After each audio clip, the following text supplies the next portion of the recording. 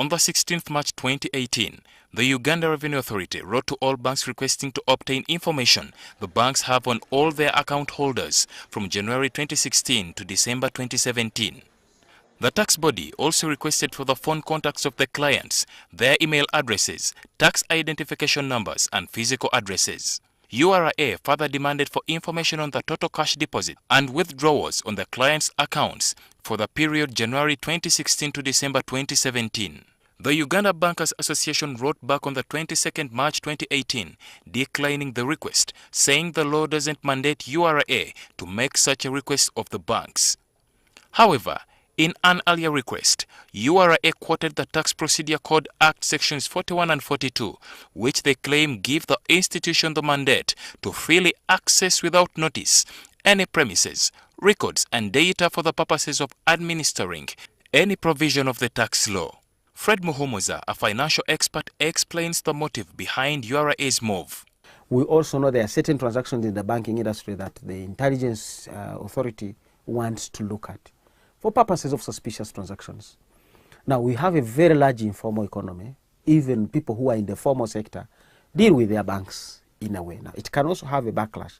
It's possible to use the bank information to assess people's incomes that may be outside the formal known processes.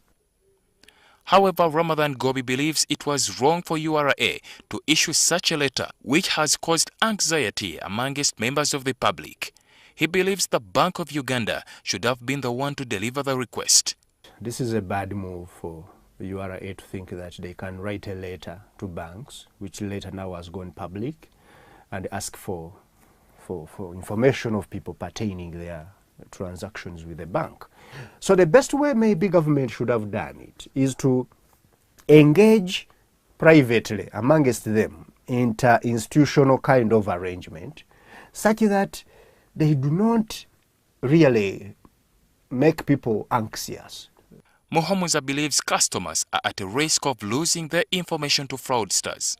Now you're going to bring in a third party who is not as regulated as the central bank does with the banks. Now that's a loophole and a weakness. In our kind of system, it is very risky. We need to know how much people earn for purposes of taxation, but I don't think we have the ability to protect this sensitive data of people, knowing where we have come from. You remember the Eritrean were told was killed because people knew he had brought in money. We remember the banks the other day saying who disclosed the Bajenda's accounts. They were bank staff or they were whichever staff. Now who knows who in URA is now going to put something elsewhere. The experts believe once the proposal is approved, the banking sector will face a decline because many people will opt for informal ways of keeping their money.